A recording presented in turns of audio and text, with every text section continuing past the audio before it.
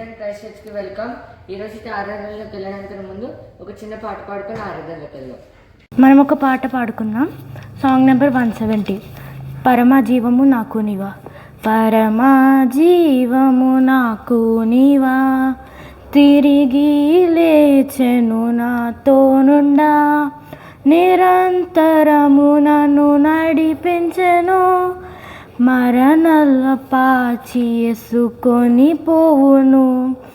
యేసు చాలును చాలును, యేసు చాలును చాలును, ఏ సమయమైన ఏ స్థితికైనా నా జీవితములో యేసు చాలును. సాతాను శోధనలధికమైన సొమ్మసిల్లక సాగి వెళ్ళెదము, లోకము శరీరము లాగినను లోబడక నేను వెళ్ళెదను. యేసు చాలును చాలును, యేసు చాలును చాలును, ఏ సమయమైన ఏ స్థితికైనా నా జీవితములో యేసు చాలును.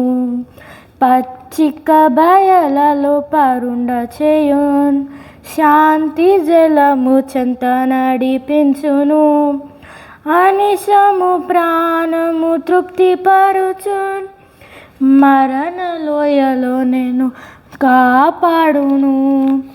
యేసు చాలును చాలును, యేసు చాలును చాలును, ఏ సమయమైన ఏ స్థితికైనా నా జీవితములో యేసు చాలును.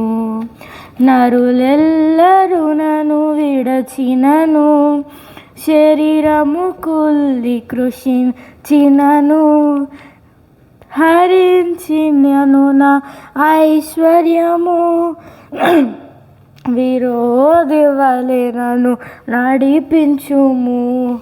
యేసు చాలును చాలును, యేసు చాలును చాలును, ఏ సమయమైన ఏ స్థితికైనా నా జీవితములో యేసు చాలును.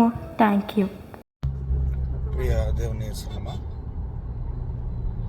ఇక సాయంకాల ఆరాధనకు ఏర్పాటు చేయబడిన వాక్యభాగంగా అపోస్తుల కార్యాలయం గ్రంథము 11వ అధ్యాయం 26వ వచనం మనం చూసినట్లయితే, మొట్టమొదటిగా అంతియోకియా అనే ప్రదేశంలో క్రైస్తవులు అనే పేరు పిలువబడ్డం మనము చూస్తూ ఉన్నాం.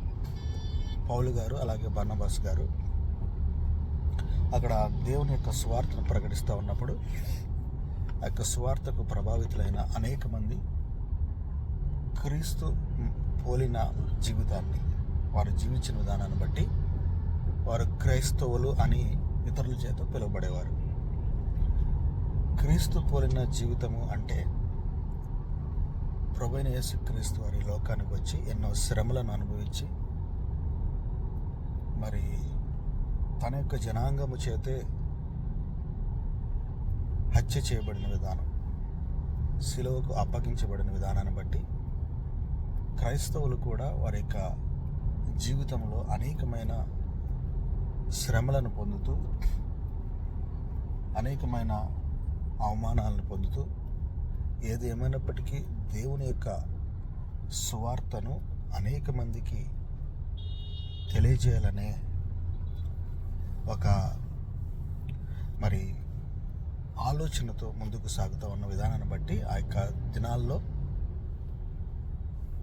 క్రైస్తవులు అనేవి పిలువబడుతూ ఉన్నారు. అయితే ఏక దినాల్లో మనం చూసినట్లయితే క్రైస్తవులు అని ఎవరిని పిలుస్తున్నాము, క్రైస్తవులుగా పిలువబడడానికి ఎవరు ఇష్టపడుతూ ఉన్నారు అని మనం చూసినట్లయితే, దేవుడు నా జీవితంలో ఇన్ని గొప్ప కార్యాలు చేశాడు, దేవుడు నా జీవితంలో ఇంత అద్భుతమైన కార్యాలు చేశాడు, కాబట్టి నేను క్రైస్తవుడిని, లేకపోతే నేను యేసుక్రీస్తు వారిని నా యొక్క దేవుడిగా అంగీకరిస్తున్నానని చెప్తాను. అంటే మన జీవితంలో మంచి జరిగినప్పుడు, మన జీవితంలో ఆనందం ఉన్నప్పుడు, మన జీవితంలో సంతోషం ఉన్నప్పుడు మనం క్రైస్తవులుగా చెప్పుకోవడానికి మనము ముందుకు వస్తూ ఉన్నాం. కానీ మన యొక్క పితరులు క్రైస్తవులుగా చెప్పుకోవటానికి ఏ విధమైన జీవితం జీవించారంటే, ఇతరుల చేత కొట్టబడడానికి, ఇతరుల చేత అవమానించబడడానికి, వీరు క్రీస్తు యొక్క అనుచరులు అని వారిని వేధిస్తూ ఉన్నా, శ్రమ వారికి కలిగిస్తూ ఉన్నా, వారి యొక్క విశ్వాసాన్ని వారు వదులుకోకుండా క్రీస్తుని అనుసరించిన విధాన్ని బట్టి ఆ యొక్క దినాల్లో క్రైస్తవులుగా పిలువబడ్డారు. మరి ఈ యొక్క దినాల్లో మనము దేవుని కొరకు శ్రమపడుతూ, దేవుని కొరకు బాధ్యత కలిగిన స్వార్థ ప్రకటించే క్రైస్తవులుగా మనము పిలువబడుతున్నామా, లేకపోతే ఈలోక సంబంధమైన ఆనందాలు, సంతోషాలు, ఆశీర్వాదాలు పొందగటానికి క్రైస్తవులుగా పిలువబడుతున్నామా అనేది మనం ఆలోచన చేయాలనేది ఈ దినాన వాక్య భాగం ద్వారా దేవుడు మనతో మాట్లాడుతూ ఉన్నాడు. చాలా సందర్భాల్లో మనం చూసినట్లయితే కొన్ని పేర్లను